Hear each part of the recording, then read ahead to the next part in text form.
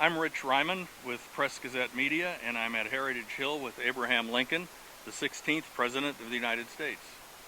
Mr. President, General Grant has captured Vicksburg, and the Army of the Potomac has defeated Lee at Gettysburg. Is the end of the war in sight? Oh, Rich, there's every reason why it should be.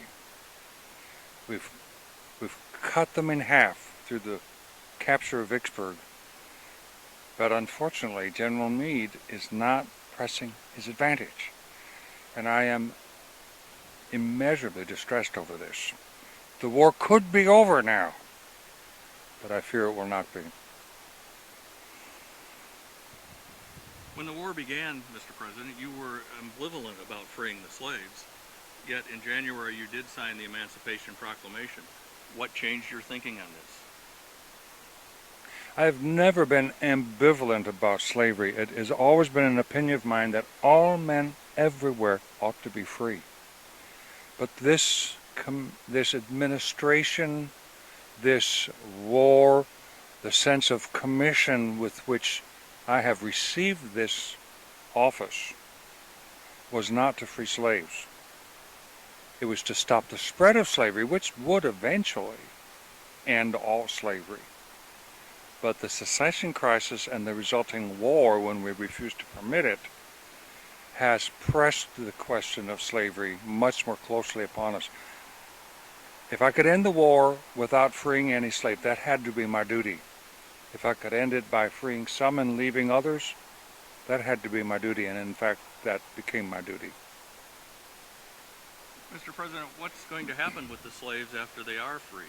They're not going to be welcome in the South, and many northern states don't want them either. Well, in many ways, sir, you've hit the nail on the proverbial head. There are many who are clearly prejudiced. There are others who are fearful.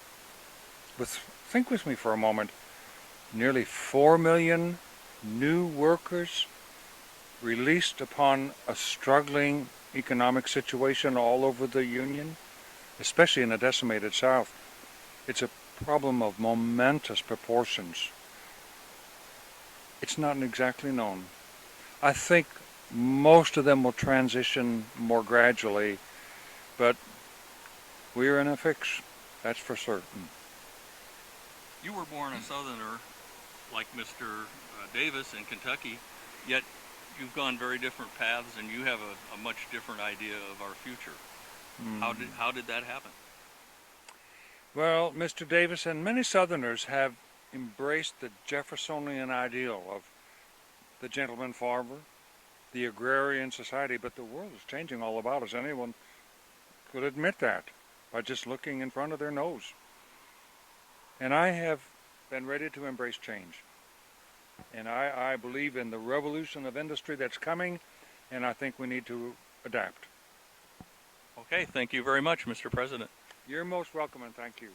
And this is Rich Ryman with Press Gazette Media, and we'd like to thank Fritz Klein, who is interpreting Mr. Lincoln for us today and here at the Civil War event at Heritage Hill. Thank you.